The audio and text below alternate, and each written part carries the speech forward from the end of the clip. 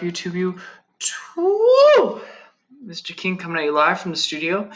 Here are the questions for the day. Please pause the video now and answer them. Hint for number 3, 4, and 5. Remember, if you're trying to figure out how to draw an atom, first thing, Google the atomic number or find it on the periodic table. The number attached to the element is the number of protons. So the atomic number is the number of protons. So that'll tell you how many protons it has. And then to find the neutrons, here's what you do. You find the mass, and then you round it to the nearest whole number. Then you take the mass, like neon's is 20, so you take 20 minus the number of protons to get the neutrons. And then for the electrons, unless it's an ion, unless it has like a plus or minus attached to it, you assume that the electrons equals the amount of protons. So for beryllium, for example, beryllium is element number 4. Since its element number 4 has 4 protons, and I didn't tell you beryllium has a charge, so it has 4 electrons. Now I want you to do the same for neon. Okay, and then the rest of the day, you're going to be finishing the periodic trends gizmo right here.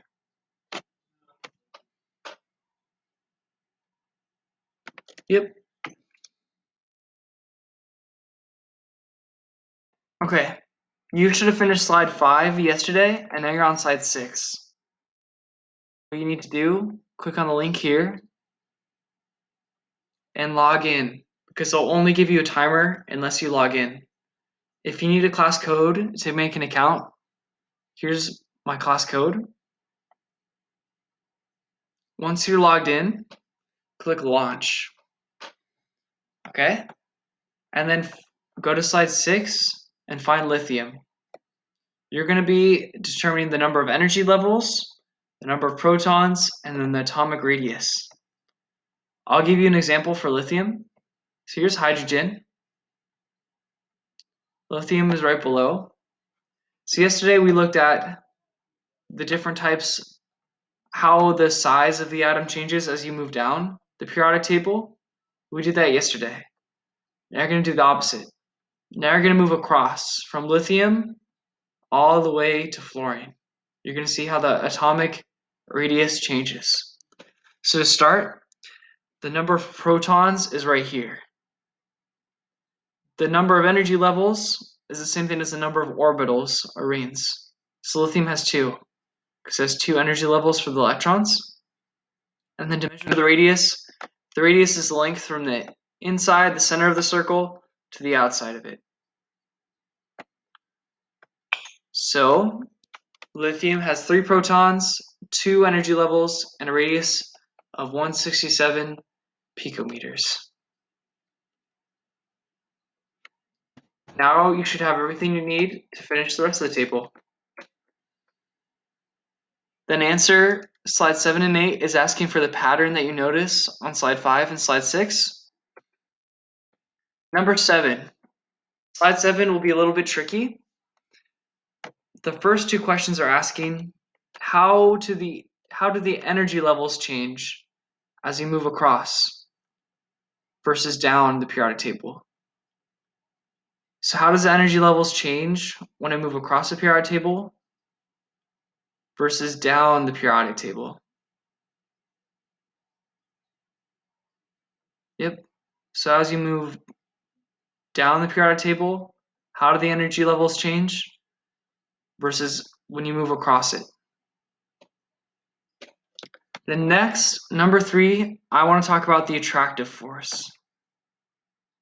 The attractive force, I want you to think of it as like your ability to give good hugs, because the protons are in the nucleus, and as you remember, protons are positive and they're attracted to the electrons that are way out here. So the protons here, they only kind of love the electrons out here. They're totally fine keeping them at a far distance. So right here, lithium isn't really hugging the electrons tight. So it's weak. It's weak because it's letting the electrons go way out here. But fluorine is the opposite. Fluorine has a strong attractive force because it really wants to give a good hug. It's really hugging the electrons tight, so it's keeping them really close, way closer compared to lithium. So lithium is a weak force. It's giving like a huge hug and it's not really being attracted to them. So it's a weak force because it's not really hugging them. It's letting them go out way out here. Fluorine's the opposite. Fluorine's really strong. It's really hugging the electrons tight and keeping them close. So that's a strong force because it's keeping the atoms close together. Whereas lithium, the protons in the nucleus are totally fine leaving the electrons way out here. So it's weak. That's my hint for number 3. Okay? And then the last one has to do with ions. So remember, ions is giving the atom a charge. And some atoms are more likely to be positive or negative depending on their valence electrons. So lithium, here's lithium. It has 1 valence electron. And if you hit show ion, it becomes +1. And the reason why it's +1 is because it has 1 extra proton compared to the 2 electrons. So it has 1 more plus, so it has a +1 charge.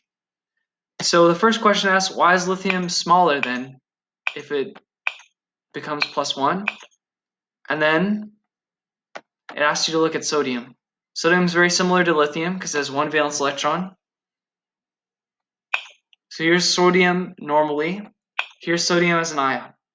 Normal, ion. The ion is +1, so why does it get smaller? And then asks you to look at chlorine. Here's chlorine normally. Here's the chlorine ion.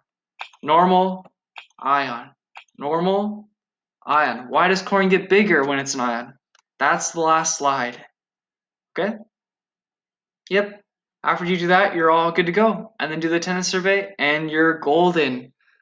Yep. So turn it in when you're done, and then take the survey. And then you're all good. Bye. Have a great day.